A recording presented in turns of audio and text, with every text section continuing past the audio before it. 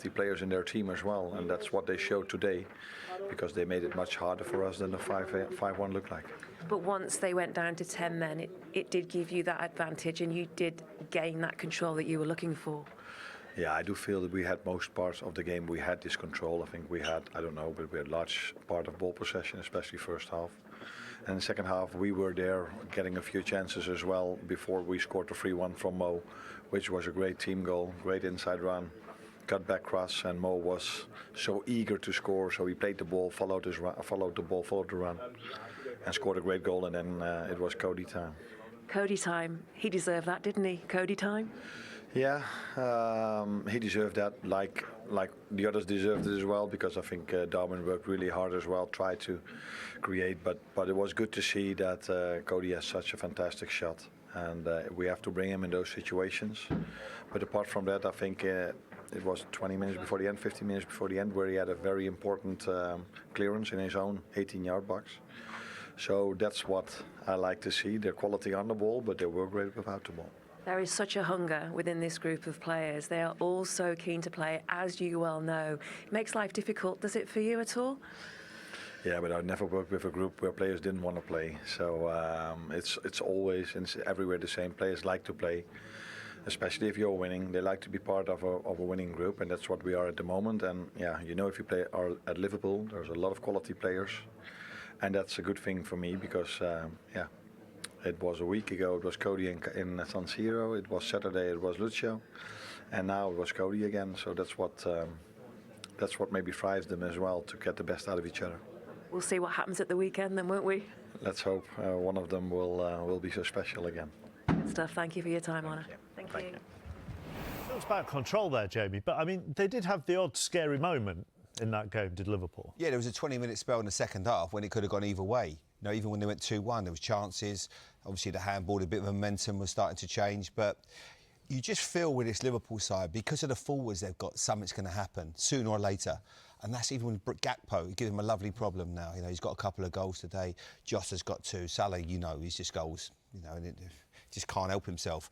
But there's so many positives from their point of view. But you look as well, it's been such a big night. You give Virgil 90 minutes rest. It's been ideal for them. You know, they're in a really strong position right now. We often talk, don't we, about their attacking options, which we have done tonight.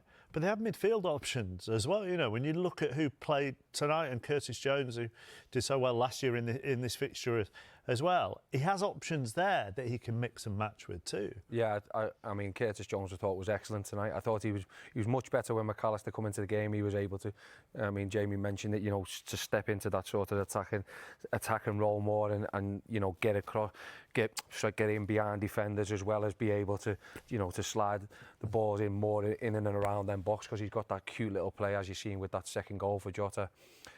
So yeah, for someone of his ability now to be knocking on the door and going, right, I'm ready to it was an important game for him tonight, and I think he come out with it and passed it with flying colours, really. They'll need all these options though, won't they? I mean, he's going to need them all, because you know, they're progressing in this trophy. Obviously, they've got the Champions League as well. He's going to have to mix and match them a bit. Yeah, absolutely. You've got Szoboszlai as well, who didn't play today. He was on the bench. They have got a lot of options in that area. They really have. The one, I suppose, thing is just defensively, you know, that it just shows you how important Virgil van Dijk is. When he plays at the back, he gives them that complete calmness. But in terms of the result tonight, it was a fixture that you just want to make sure you get through, and to win it so comfortably with the goals coming from everybody, it just gives everyone a bit of confidence. Because when you leave it, at the moment, the hardest thing is when things are going well is leaving players on the bench, making that call, and you don't want players to get too frustrated. But the fact you've been able to bring him in, they've made an impact. You called it Cody time. It's a little sweetener for him. He'll be delighted with that. It's interesting on Van Dijk, isn't it? Just the final one on Liverpool, because it's always Van Dijk +1, whether that's Konate or Matip when he's fit, or Quanta as well. When you actually get 2 centre-halves together, that neither of them are used to that, because they're not playing with each other, because it's always Van Dijk +1. Yeah, I mean, and that's what it's been. I think last year it was Van Dijk +1 all through this competition, you know, and you're seeing him step up in that final when he had all them youngsters around him. So it was a big call from Arne to play Gomez and Quanta today as the pairing.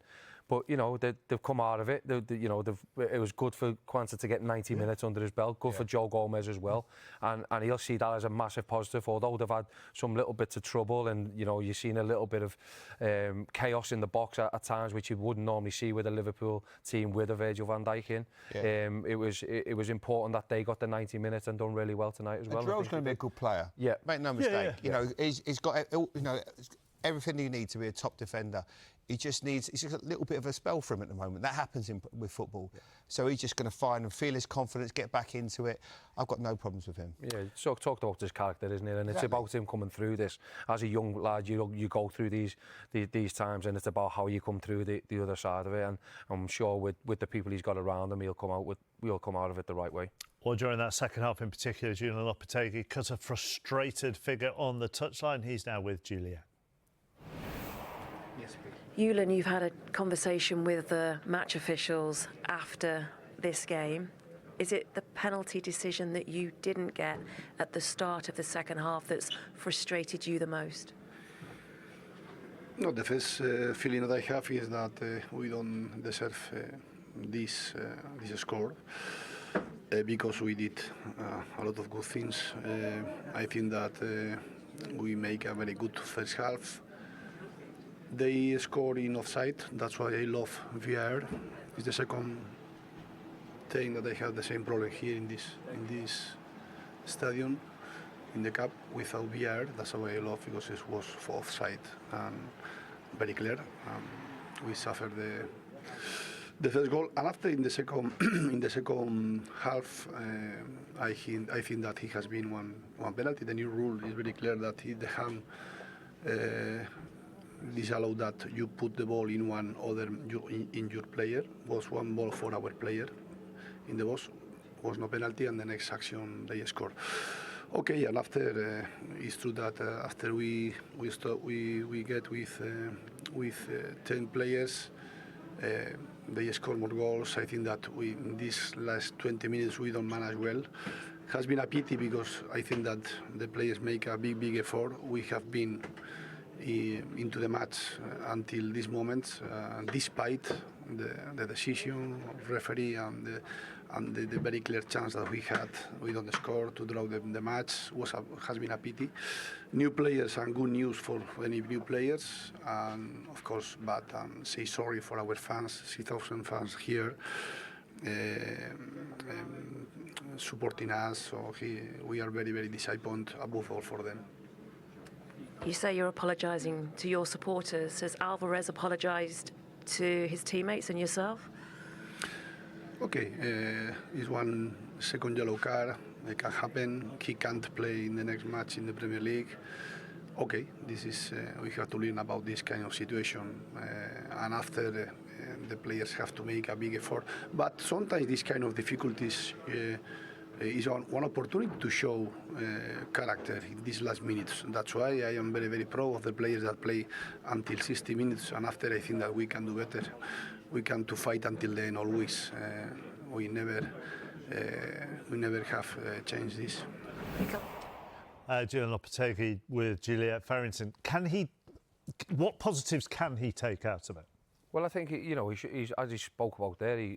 First 60 minutes, they were well in the game. Disappointment. Obviously, talking about the sending off, which changed it in Liverpool's favour and swayed it dramatically in their favour. But they showed signs, and what he talked about, which is right. He wants to see character, and I think they showed that after the defeat after the weekend. And they've got to show that, because it's going to be a different game on Saturday. So they've got to show character going to a Brentford, knowing that the pressure's on now and everything else. So it's about them players stepping up and doing what needs to be done. They did show up tonight for 60 minutes, and then you have that backdrop of someone getting sent off and then your back's against the wall. So it's going to be interesting now, and that's why he's asking for characters to come to the forefront, really. It's hard for the West Ham fans, though, isn't it? If you were a West Ham fan who were there on Saturday and saw them lose 3-0 to Chelsea, and then went to Anfield tonight and saw them lose 5-1, that the character for 60 minutes is all well and good, but you've seen your team getting chinned, get chinned twice. Yeah, really. Absolutely. And I think as well, what he has to, for me, he's still stumbling. He's trying to find his best team. He's leaving out Souček, then he's playing him, bringing him on at half-time, a couple of other players as well, trying to find the right balance, what's the best options going forward. It's difficult for him at the moment. He's having a rough spell, and it's a sort of club where you've got to make sure you get results quickly.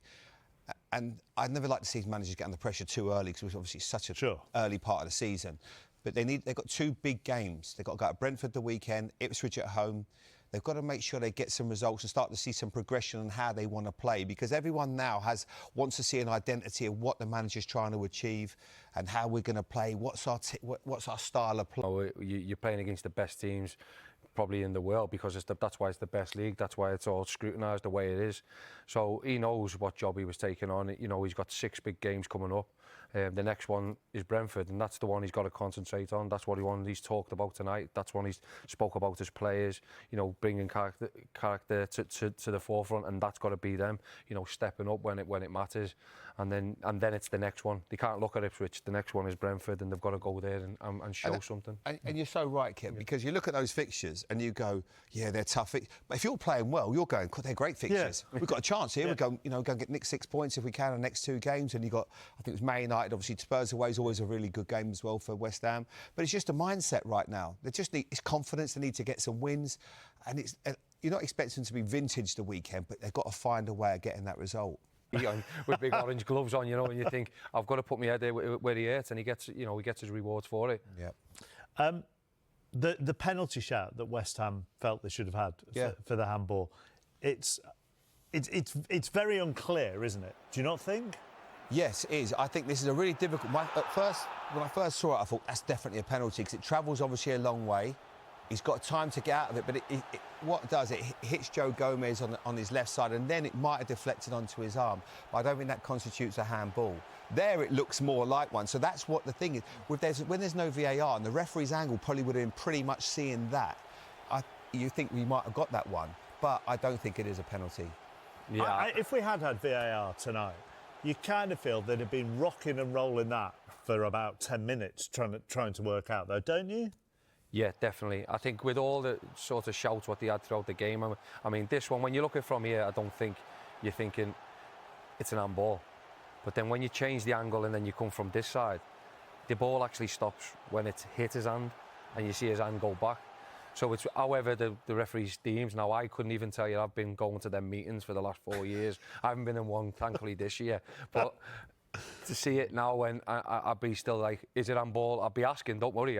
If I was West Ham, I'd be certainly asking for it. If you're West Ham, you're going penalty. If it's given against you, you're going, that's a bit harsh. Is that where we're at? I think that, yeah.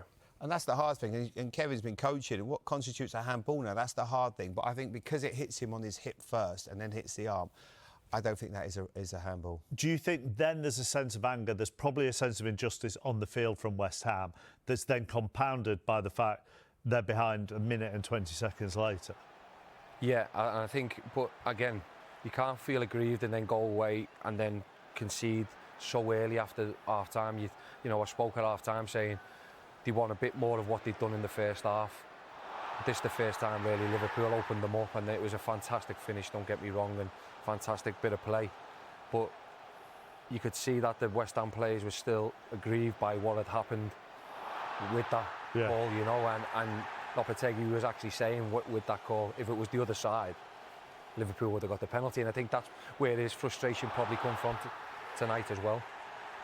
Great play by Curtis Jones. Yeah. He knows exactly what he's doing there. You can see Kilman opens up his legs and just plays it through them.